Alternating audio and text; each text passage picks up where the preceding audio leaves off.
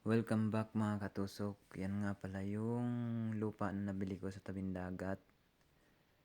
Yan, pinabakuran ko na siya. Then, pinagawan ko siya ng babuyan. Yun, ang pagpagawa ko nga pala dyan, nagastos ako ng 26,000.